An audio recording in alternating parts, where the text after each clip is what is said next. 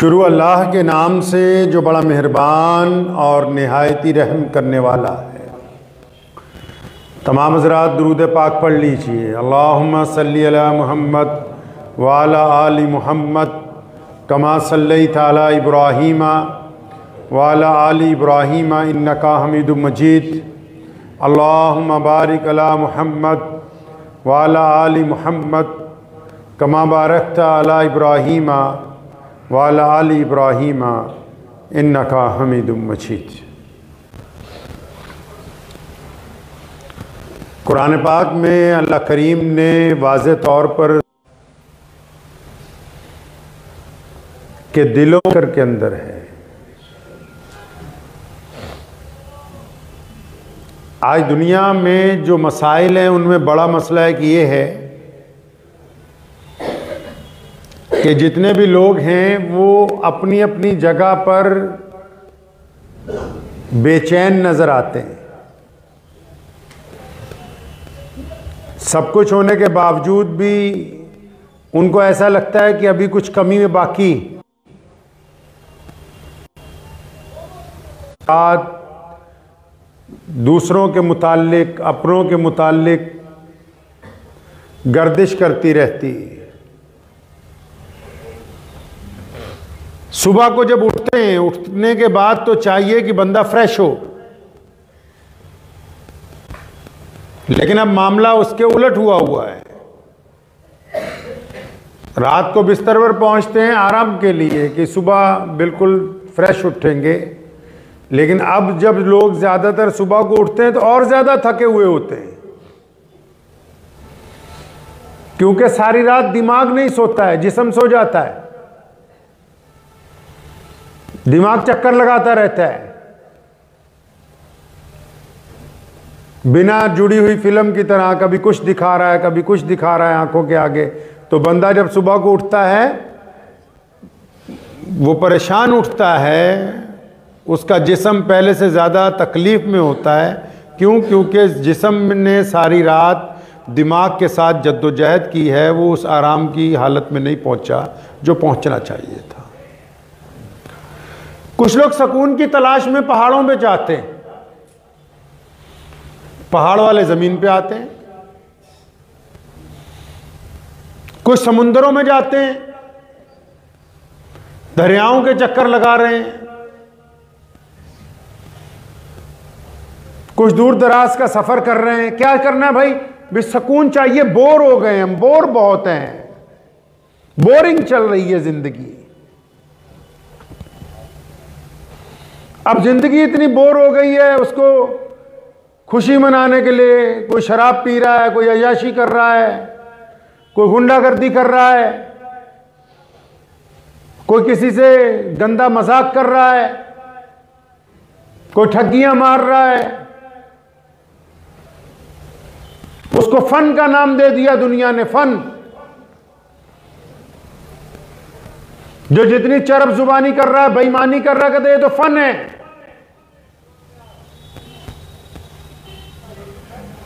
शहीद आजम सुल्तान टीपू शहीद रहमतुल्लाह अलैह के सामने अंग्रेज ने कहा था कि हम जंग लड़ रहे हैं और जंग और इश्क में सब कुछ जायज़ है, तो सुल्तान ने कहा था नहीं, इस्लाम ने कहा कि जंग हो या फिर मोहब्बत हो, उसमें सब चीज़ें जायज़ नहीं होती। मोहब्बत में जिस्म का बगैर निकाह के इस्तेमाल करना हराम है, और जंग में किसी को धोखा दे के कत्ल कर देना भी हराम है।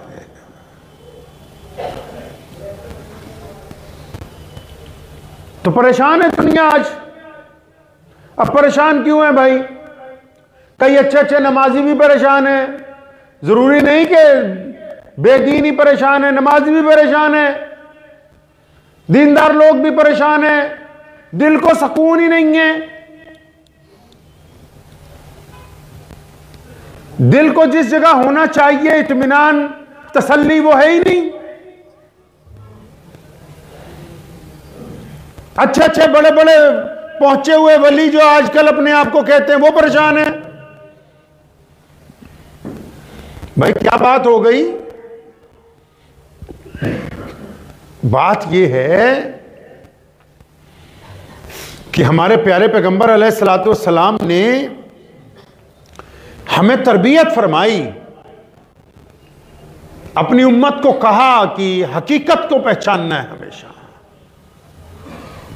अपनी बेटी सैयदा फातिमा तो ज़हरा रज़ी अल्लाह ताला अन्हा, कौन फातिमा? जो मोहम्मदुर रसूलुल्लाह की लखते जिगर हैं, जो जन्नत में तमाम खवातीन की सरदार हैं। इस बात से अंदाजा लगा लो कि कल क़यामत के दिन जब अल्लाह का दरबार लगा हुआ होगा, जब फातिमा ने गुजरना होगा तो ऐलान होगा, तमाम नबी व कुतुब गौस अब्दाल सहाबी सब मौजूद होंगे। जब सैयदा फातिमा की सवारी गुजरेगी, हुक्म होगा कि अपनी अपनी आंखें झुका लो कि मोहम्मदुर रसूलुल्लाह सल्लल्लाहु अलैहि वसल्लम की बेटी गुजरने वाली है। जिनको दुनिया में रसूलुल्लाह ने बता दिया कि बेटा मेरे बाद सबसे पहले तुमने मुझसे आके मिलना है, जिनको ये बता दिया हो कि बेटा तू जन्नत की औरतों की सरदार है, तेरे बच्चे जो हैं जन्नत में नौजवानों के सरदार हैं, उनको भी रसूलुल्लाह सल्लल्लाहु अलैहि वसल्लम ने एक दिन फरमाया, फातिमा बेटा एक बात याद रखना, अगर अल्लाह करीम हिसाब लेने पर आ गए तो फिर उसका हिसाब तो तुम्हें खुद ही देना पड़ेगा। हकीकत समझा रहे हैं मोहम्मद रसूलुल्लाह सल्लल्लाहु अलैहि वसल्लम। मूसा अलैहिस्सलाम का आखिरी वक्त आया ना, जब फरिश्ता पहुंचा, नबियों के पास जब फरिश्ते आते हैं जान निकालने के लिए, उनको बताना पड़ता है आके कि हम फला फरिश्ते इस काम के लिए आए। जैसे फरिश्ता पहुंचा मलकुल मौत, उसने सलाम किया और जब उसने जान निकालने की बात की, हजरत ने इतनी जोर से थप्पड़ मारा कि वो वहां दूर जाके गिरा, उसकी आंख निकल गई एक। अल्लाह के करीबी थे ना, अल्लाह से बातें करते थे ना, मूसा कलीमुल्लाह थे। ओए तेरी इतनी जुर्रत, तू मूसा की जान निकालने आया, भाग जाए यहां से। और फरिश्ता वापस अल्लाह के पास गया कि अल्लाह वो तो आपका जो नबी हैं वो तो नाराज हो गए। फरमाया अच्छा जाके कह दो कि बैल की पुश्त पर हाथ फेरें, जितने बाल एक हाथ के नीचे से गुजर जाएंगे उतने 1000 साल उम्र बढ़ा देंगे हम। मतलब अगर हाथ फेरा 10 बाल गुजरे तो 10,000 साल। अब बाल कितने होते हैं आपको अंदाजा? तो पहुंच गया वापस के हजरत, वो अल्लाह ने हुक्म दे दिया है कि आप इस जानवर की पुश्त पर हाथ फेरिए, जितने बाल गुजर जाएंगे हाथ के नीचे से उतने 1000 साल उम्र बढ़ा देंगे। फरमाया अच्छा उसके बाद क्या होना है? उसके बाद क्या होने वाला है? फरमाया उसके बाद फिर मौत आने वाली है। फरमाया जब इतने 1000 साल गुजरने के बाद फिर मौत आने वाली है तो हम फिर हकीकत को क्यों ना पहचाने? उस बात को छोड़ दो कि हमने पुश्त पर हाथ फेरना है, फिर जब जाना 1000 साल बाद है तो फिर उससे बेहतर आज क्यों नहीं जाना चाहते? मसला दुनिया का यह है कि जो हकीकत है हम उस हकीकत को तस्लीम ही नहीं कर रहे। जो बंदा जहां पर है वो अपने आप को उससे आगे बताना चाहता है, कोई भी हो, अपनी तारीफ अपनी सिफात 24 घंटे अपनी मैं लगा रखी है कि मैंने ये कर दिया, मैंने वो कर दिया।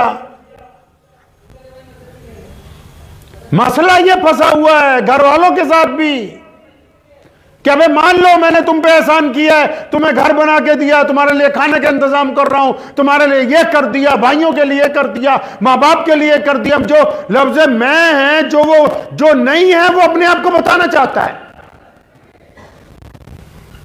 जो जिस भी मुकाम पे है बंदा, अब वो क्योंकि दूसरा मानता नहीं है, अगला कहता है मुझे मानो, अगला कहता है मैं मानूंगा नहीं, अरे मुझे तो बहुत बड़ा तो आलिम मान होता है, मैं तो नहीं मानूंगा। अच्छा जी तो मुझे बहुत बड़ा अफसर समझो, कहते जी मैं तो नहीं समझूंगा। अब वो इस चक्कर के अंदर फंसे हुए हैं कि भाई दूसरा बंदा हमें मान ले किसी तरह, जो हम नहीं हैं, जो हमने अपने ऊपर खौल बना रखा है, जो हमने खौल बना रखा है अपने ऊपर, उसको किसी तरह तस्लीम कर लिया जाए। अब वो दूसरा बंदा तो उसको कभी तस्लीम करेगा नहीं। अब फिर हम परेशान हैं, सारी रात कि अच्छा फलां ने हमें नहीं माना, फिर इसलिए भी परेशान है कि यार फलां आगे क्यों जा रहा है, फलां इतनी सामान क्यों ले आया, फलां ने गाड़ी क्यों खरीद ली, फलां ने ये क्यों कर लिया, फलां ऐसे कैसे बन गया। आपने बनाया है। वो कोई बंदा कार में जा रहा हो ना, खुद बंदा फट्टे पे बैठा होता है और यार आ देखो ਇਹਦਾ ਮੂੰਹ ਤੇ ਗੱਡੀ, मतलब कहते इसकी शक्ल देखो, ये गड्डी खरीद है, गड्डी जो कहेगा नहीं। अब तुम अल्लाह की तकसीम के ऊपर अपने आप को हावी समझते हो। अल्लाह बेहतर जानते हैं किसको क्या देना था कि तुम बेहतर जानते हो। अगर तेरी इतनी अच्छी शक्ल होती, तू ना गाड़ी पे बैठा होता, तू तो फट्टे पे बैठा है, वो गाड़ी में जा रहा है। लोगों को जो कुछ अल्लाह करीम ने अता फरमाया, वो अल्लाह करीम ने अपने फजल से जिस भी बंदे को, अगर कोई बंदा किसी मुकाम पर भी है तो उसमें उसका कोई कमाल नहीं है। नोट कर लीजिए इस बात को। अगर मेहनत से, इल्म से, रुतबे से, नस्ल से, अगर इन चीजों की वजह से इज्जत मिलती, दौलत मिलती, अगर मेहनत की वजह से मिलती, तो सबसे ज्यादा पैसा दिहाड़ीदार मजदूर कमाता, जो सुबह को ईंटें ढोने शुरू करता और शाम हो जाती है उसको। लेकिन दुनिया में देखिए, अंगूठा टेकों के आगे बड़े बड़े अफसर पानी भर रहे हैं, उनकी कंपनियों में मुलाजिम हैं। कंपनियों में जाइए, कंपनी का चेयरमैन अंगूठा टेक होता है और मैनेजिंग डायरेक्टर पता नहीं कितनी 1000 डिग्रियां उसके पास, लेकिन वो उसके मतहत है।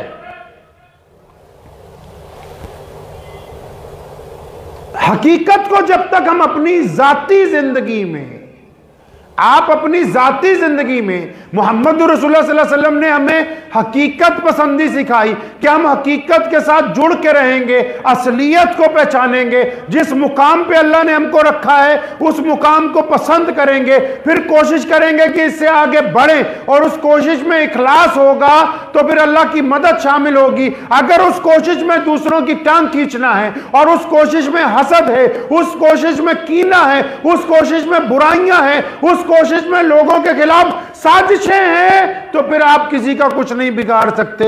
जहां पर हैं आपको उससे भी एक पायदान पीछे चले जाना है, उस पायदान से भी पीछे चले जाना है। उमर बिन खत्ताब रज़ियल्लाहु ताला अन्हु का मशहूर किस्सा है, मशहूर वाकया है। अरब में आज भी रवाज है, जब बहुत दोपहर होती है तो लोग एक दूसरे से मिलने नहीं जाते। दोपहर को मार्केटें बंद हो जाती हैं अब भी, गर्मी की शिद्दत की वजह से। तो हज़रत ज़ोहर की नमाज पढ़ा के अमीरुल मोमिनीन उमर बिन खत्ताब रज़ियल्लाहु ताला अन्हु निकले, तो घर जा रहे थे, तो रास्ते में चौराहे पे चंद लोग खड़े थे। तो अमीरुल मोमिनीन गुजर रहे थे, तो किसी ने देख के कहा कि वो देखो उमर जा रहे हैं, इनका तो इतना दबदबा हो गया है, इनका इतना रोब हो गया है, इनकी अब इतनी चलती है कि अगर किसी भी देश में इनकी तरफ से एक रुक्का लिख के भेज दिया जाए कि इस हुकूमत को मुझे दे दो, तो बगैर लड़ाई के, बगैर फौज भेजे हुए वो शहर फतेह हो जाता है। इतना इनका दबदबा हो गया है। घर पहुंचे, खाना खाया, आराम नहीं किया, बड़े बेचैन हो गए, परेशान हो गए। वापिस आए मस्जिद में। उस वक्त मुसलमानों की मस्जिदें ही मुसलमानों की सियासतगाह होती थी। ये तो आज का कमबख्त प्रधान बताता है कि मस्जिद में बैठ के बात ना करना कि किसके हक में जाएंगे सियासत में, किसके हक में नहीं जाएंगे। ये तो अब मौलवियों ने और लीडरों ने मिलकर रवाज डाला कि इस्लाम को अलग करो, सियासत को अलग करो, ताकि ये सियासत के मैदान में जलील हो जाए, रुसवा हो जाए, इनको पूछने वाला कोई ना हो। ये तो अब रवाज डाला इस मुल्क में हमने। उस दौर में सब कुछ मस्जिद में होता था, नमाज भी मस्जिद में, हुकूमत भी मस्जिद में, सियासत भी मस्जिद में, एनजीओ भी मस्जिद में, खैराती इदारा भी मस्जिद में, यतीमों की कफालत भी मस्जिद में, तालीम भी मस्जिद में, मिस्कीनों की मदद भी मस्जिद में, लोगों के नामे वजीफे भी मस्जिद से। उस वक्त सब कुछ मस्जिद में होता था। तो हजरत वापस पहुंच गए मस्जिद। वापस दोपहर को ही कैबिनेट की मीटिंग बुला ली। बड़े बड़े सहाबा उसमें थे, हज़रत अबू अय्यूब अंसारी रज़ियल्लाहु ताला अन्हु जैसे लोग, फुकराए सहाबा सैयदना अबू ज़र गफ़ारी रज़ियल्लाहु ताला अन्हु, अमीरुल मोमिनीन सैयदना उस्मान बिन अफ़्फ़ान और मौला अली करमुल्लाह वजह जैसे लोग दोपहर कोई कैबिनेट की मीटिंग बुला ली। अब उस दौर में कैबिनेट की मीटिंगें होती रहती थी उमर रज़ियल्लाहु ताला अन्हु की, बार बार कि आज फलां मुल्क फतेह हुआ, आज फलां जगह गवर्नर लगाना है, आज फलां गवर्नर उतारना है, आज फलां शहर नया बसाना है, आज फलां किला जो है वो मिल गया। रोज मीटिंगें होती रहती थी। अब वो इतनी दोपहर को जब मीटिंग बुलाई तो वो सारे कैबिनेट में जितने सहाबा रज़ियल्लाहु ताला अजमईन थे वो बड़े हैरान हुए कि यार इतनी दोपहर को कौन सी इमरजेंसी पड़ गई है। अब जब वो सब आ गए, ध्यान से सुनना इस वाक़े को कि आप सबके लिए, जब सारे सहाबा आ गए जो कैबिनेट में थे तो उमर रज़ियल्लाहु ताला अन्हु मेंबर पे खड़े हुए। क्या कह रहे हैं खड़े होके? और फरमाया जब मैं तो छोटा था, 10-12 साल का था, मक्के में जब कहत पड़ जाता था तो मेरी माँ जो है मुझे अपनी बहन के घर भेज देती थी, मौसी के घर, उसके गांव जहां वो ब्याही हुई थी। कहती थी जब मैं वहां, कहते हैं फरमाते हैं कि जब मैं वहां पहुंचता था तो उस घर के लोग कहते थे लो देखो मक्के के भुक्कड़ आ गए, क्योंकि मक्के में कहत पड़ जाता था गर्मियों में, तो मुझे वहां भेज देती थी गांव। तो फरमाते हैं कि मेरी मौसी का मियां मुझे देख के कहता था ये मक्के के भुक्कड़ आ गए हैं, अब ये यहीं रहेगा 2 महीने, मुफ्त की तोड़ेगा। तो उसने मुझे अपने ऊंट पकड़ा देने सारे 20-25 और मुझे सुबह को भेजना जंगल में कि इन ऊंटों को चराओ। फरमाया मैं शाम को आता था तो मुझे 1 मुट्ठी खजूरों की या कभी 1 मुट्ठी किशमिश की जो है वो दिया करता था। तो साहबा ने कहा अमीरुल मोमिनीन ये जो आप किस्सा सुना रहे हैं ना, ये तो हमें पता ही है, हम भी वहीं रहते थे मक्के में, हमें पता है कि क्या होता था तुम्हारे साथ। और फरमाया नहीं यार तुम्हें पूरी बात नहीं पता। मेरे अब्बा ने एक दिन मुझे कहा कि उमर ये ऊंट जरा लाइन में लगाओ, कोई व्यापारी आने वाला है। तो 5-7 ऊंट थे। फरमाते मैंने एक ऊंट को लाइन में खड़ा किया, फिर दूसरे को खड़ा किया, जब तीसरे को खड़ा किया तो पहले वाला अपनी जगह से भाग गया। फरमाया मैंने पहले वाले को पकड़ के खड़ा किया, जब चौथे को लगाया तो तीसरा निकल गया बीच में से, फिर तीसरे को लगा के 5वें को पकड़ा, दूसरा भाग गया। तो फरमाया मेरे अब्बा मुझे देख रहे थे बहुत देर से, जब मैं 5 ऊंट लाइन में नहीं ना लगा सका तो वो आए मेरी गर्दन पे एक चपत मारी और फरमाया तुझे इतनी तमीज नहीं कि एक 5 ऊंट तेरे से लाइन में नहीं लग रहे। साहबा ने कहा अमीरुल मोमिनीन हमें यह भी बात पता है, आपका मतलब क्या है? तो सैयदना उमर रज़ियल्लाहु ताला अन्हु रोने लगे। फरमाया मैं गुजर रहा था ना, लोगों ने कहा उमर का बड़ा दबदबा है, उमर का बड़ा रोब है, तो मैं तुम्हें इसलिए दोपहर को बुलाया कि तुम्हारे सामने अपनी औकात याद कर सकूं कि जब हम मुसलमान नहीं थे, जब तक रसूलुल्लाह नहीं आए थे, जब तक हमारे पास ईमान नहीं था, तो उमर से तो 5 ऊंट लाइन में नहीं लगते थे। आज 22 लाख मुरब्बा मील के ऊपर उमर हुक्मरानी कर। नारे तकबीर, नारे तकबीर, नारे तकबीर, दीन इस्लाम, दीन नबूवत, नारे तकबीर। हकीकत को नहीं छोड़ा। एक दिन जुमा पढ़ाने के लिए पहुंचे, कुछ देर हो गई, दरवाजे पे सैयदना अबू ज़र गफ्फारी रज़ियल्लाहु ताला अन्हु थे, बड़े जलीलुल कदर साहबी हैं, फुकराए सहाबा में से हैं, हजारों लाखों रुपए भी जब किसी ने दिए 1 घंटे में लुटा दिए, 1 घंटे में बांट दिया करते थे, खुद फाके से जिंदगी गुजारी। तो उमर देर से पहुंचे, डांटा और फरमाया तेरे नौकर हैं, तू देर से आया जुमा पढ़ाने के लिए। तो सैयदना उमर फारूक रज़ियल्लाहु ताला अन्हु खड़े हुए और फरमाया मेरी गलती नहीं है, मेरे कपड़े जो हैं गीले थे, एक ही जोड़ा है मेरे पास, हाथ लगा के देख लो अभी भी गीले हैं। हम लोग इसलिए परेशान हैं, ये दुनिया में जितने लोग हैं क्यों परेशान हैं? बड़ी बड़ी कोठियों वाले, महलों वाले, आम लोग सारे क्यों परेशान हैं? हम कहते हैं लोग हमारे वजूद से आगे जाके मानो हमें, हम हकीकत को नहीं पहचानने के लिए तैयार। जो जिस हकीकत में अल्लाह ने हमें पैदा किया, जिन हालात में हम रहते हैं, जो हमारे माँ बाप हैं, हम तो दूसरे के खूबसूरत माँ बाप को देख के अपने माँ बाप को माँ बाप कहने के लिए तैयार नहीं। दूसरे के अच्छे घर को देख के अपने घर को घर दिखाने के लिए तैयार नहीं। अल्लाह ताला ने जिस हालत में जिसको रखा है वो तब भी लाखों करोड़ों लोगों से बेहतर है। दिल बेचैन है, परेशान है कि यार रिश्तेदार मान लें किसी तरह, मुझे मेरे मोहल्ले वाले मान लें कि मैं बहुत चीज बन गया हूं, शहर वाले मान लें, मनवाने वाली जात तो अल्लाह की है। आपके मानने ना मानने से कुछ नहीं होगा। नमाजियों के दिल परेशान है, अरे मान लो मोहल्ले वालों में 5 वक्त का नमाजी हूं, अजी मैं तहज्जुद पढ़ रहा, मैंने तो इशराक की नमाज पढ़ी, आज रात तहज्जुद पढ़ने आया था, सारी रात परेशान रहा, लोटा नहीं मिला, जानमाज नहीं मिला। मतलब तू दुनिया को बताना चाहता है कि मैं नमाजी हूं। दिल मुतमईन नहीं है, दिलों का रोग लगा हुआ है। दिल को भी 2 तरह के रोग लग जाते हैं ना, एक तो ज्यादा कौरमे बिरयानियां खाने से इसकी ब्लॉकेज बढ़ जाती है इसमें ना, और दूसरा ज्यादा मैं करने से भी ये बेचैन हो जाता है, इसमें टिकाव नहीं आता है। फिर अगर आप दिल का सुकून चाहते हैं, कई लोगों को सुकून है नहीं, 2-2 मिनट बाद, 2-2 घंटे बाद, हर एक दिन देखो नए लोगों के साथ खड़े गप्पे मार रहे हैं, यार मैं ये हूं, मैंने ये किया था, मैं वो हूं। अगर किसी को देखना हो कि बंदा ढंग का है या बेईमान है, ईमानदार है नहीं है, खानदानी है या गैर खानदानी है, सबसे पहले यह पता करो कि इसके यार कितने पुराने हैं। अगर तो यार वही हैं जो बचपन में थे, तब तो ईमानदार भी है, खानदानी भी है। अगर ये नए नए यार बनाता है तो ये बदतरीन कमीना इंसान है। बुल्ले शाह ने कहा ना कि नवे नवे ना यार बनाइए, वांग कमीने आ लोका, नवे नवे दोस्त बनाता है। इसको तो सिर्फ मैं की पड़ी हुई है, रोज नई यारियां गांठता है।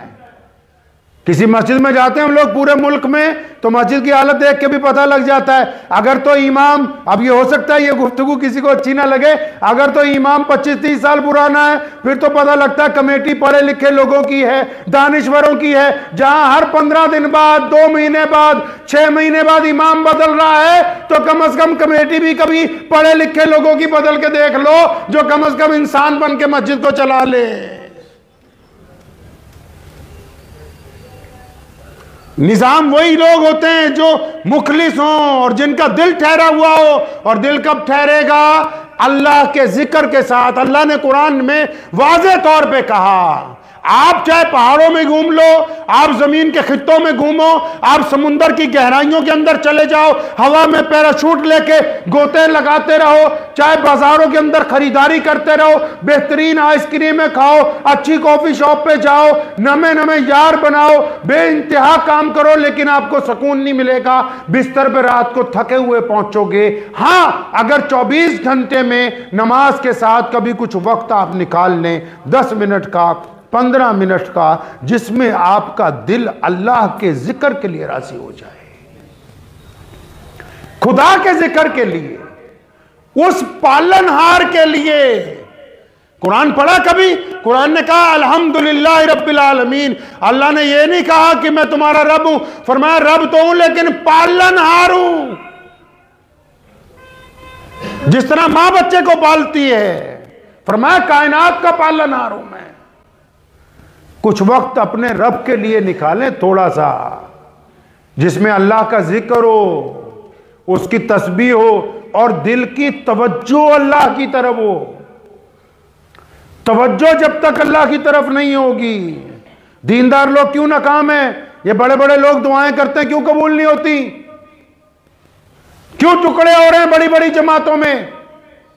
मुल्क की जितनी हमारी बड़ी जमातें, चाहे वो मुसलमानों की मौलवियों की जमातें हो, चाहे वो दीनदार लोगों की जमातें हो, सब में टुकड़े हो रहे हैं। क्यों? क्योंकि हुब्बे जा बढ़ गई है। हुब्बे जा बढ़ गई कि मुझे मानो, अल्लाह और उसके रसूल को मानने की बात नहीं है। वो कहते हैं अल्लाह रसूल का नाम हम लेते हैं, मानो हमें तुम। जब तक बंदा इबादत के दौरान भी, ये बीमारी सिर्फ दुनियादारों को थोड़ी लगी हुई कि मैं कर रहे, दीनदारों के अंदर भी यही बीमारी फंसी हुई है। जी मैं नमाज पढ़ रहा हूं, मैं तफसीर कर रहा हूं, मैं कुरान पढ़ रहा हूं, मैंने तहज्जुद पढ़ी, मैंने मस्जिद बनाई, मैंने मदरसे में ये दिया, मैंने वो किया। अब जब तुमने मैं ही करनी है तो बकरा ईद का इंतजार करो, छुरी तैयार है इस मैं के ऊपर फिरने के लिए। फिर अल्लाह को पसंद नहीं है ये बात। यहां तक हुक्म है कि एक सजदा, आप मस्जिद में बैठे हैं, आपने सजदा किया, आप नमाज पढ़ रहे हैं, सजदा किया अकेले खाली मस्जिद में, मिसाल के तौर पे आप खाली मस्जिद में अकेले, आपने नमाज पढ़ रहे हैं, आपने सजदा किया, ऊपर से मेरे जैसा कोई आ गया, अब आपको पता लग गया एक बंदा और आ गया हॉल में, अब तो सजदा लंबे पे लंबे किए जा रहा कि कोई बात नहीं, अब्दुर्रहमान का लड़का आया, इसे पता लगे कि मोहम्मद शफी तो लंबे सजदे करता है। अब ये सजदा हराम है, ये अल्लाह के लिए नहीं है, ये तुमने अब्दुर्रहमान के बेटे को दिखाने के लिए किया, इसलिए ये सजदा जो है अल्लाह के करीब कभी कबूल नहीं होने वाला है। बंदा माँ बाप को धोखा दे सकता है, भाई बहनों को धोखा दे सकता है, बीवी को धोखा दे सकता है, यारों को धोखा दे सकता है, पुलिस को धोखा दे सकता है, हुकूमत को धोखा दे सकता है, लेकिन बंदा अल्लाह को धोखा नहीं दे सकता है। और आपका दिल अगर इस बात पर आमादा नहीं है, याद रखो, इस बात को दिल की तख्ती पे लिख के ले जाओ, अगर आपका दिल इस बात पर आमादा नहीं है कि वो आपको बताए कि तुम सही हो या गलत, तो फिर आप चलती फिरती जिंदा लाश हैं, आपका इंसानों के अंदर कोई गिनती नहीं है। अगर दिल ये कहता है कि फलां काम गलत कर रहा है, तो फिर आप अभी जिंदा हैं, आप पलट सकते हैं रब की तरफ, आपके पास मौका है। लेकिन अगर दिल कहता है नहीं नहीं नहीं नहीं नहीं, बस तू ही ठीक है, क्योंकि बहुत सारे लोग दिल जब बिल्कुल स्याह हो जाता है ना, तो इस मुकाम पे पहुंच जाते हैं, उनको ये याद भी नहीं रहता कि हम गुनाह कर रहे हैं, क्योंकि वो बिल्कुल पक्के ठोस मुजरिम बन जाते हैं।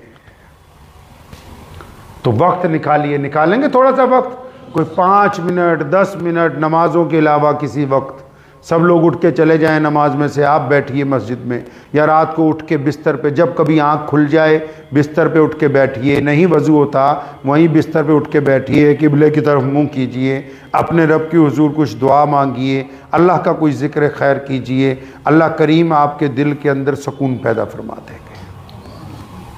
और जब दिल में सुकून हो जाएगा तो अल्लाह ने की तरफ से बड़ी इज़्ज़तें, बड़े रास्ते खुलने वाले हैं इंशाअल्लाह ताला। और अगर दिलों में सुकून नहीं है, फिर तो बस पैसा ही है, पैसा साथ में जाने वाला है नहीं, यहीं पे रह जाना है, पैसा यहीं पे रह जाना है, पैसा किसी के साथ नहीं गया, अमल सबके साथ जाने वाले हैं। तो दिल का सुकून अल्लाह के जिक्र में, अपने रब को याद करें, अपने रब का नाम लें, अल्लाह की तरफ मुतवज्जो करें अपने दिल को, और ये राज अपने और अपने अल्लाह के दरमियान रखें। जिस तरह आप सोचते हो ना कई गुनाह है, छुपा लें किसी को पता न लगे, इस तरह अगर आप अपनी और अल्लाह की दोस्ती को छुपा लें ना, तो किसी को पता ना लगे, तो ऐसी ऐसी जगह आपको इज्जत मिलेगी कि आपको अंदाजा भी नहीं होगा, अंदाजा भी नहीं होगा आपको, आपके वहमो गुमान से ज्यादा। लेकिन अगर आप मैं करने लगे कि जी बस मैं ही हूं सब कुछ, तो फिर तो इस ज़मीन पर बड़े बड़े कब्रिस्तान हैं जहां ऐसे लोग रह रहे हैं जो कहते थे अगर हम चले गए तो फिर ये दुनिया बाकी रहने वाली है नहीं है। तो दुआ कीजिए अल्लाह करीम मुझे भी और आप सबको भी इन बातों पर अमल करने की तौफीक अता फरमाए। व आखिर दावाना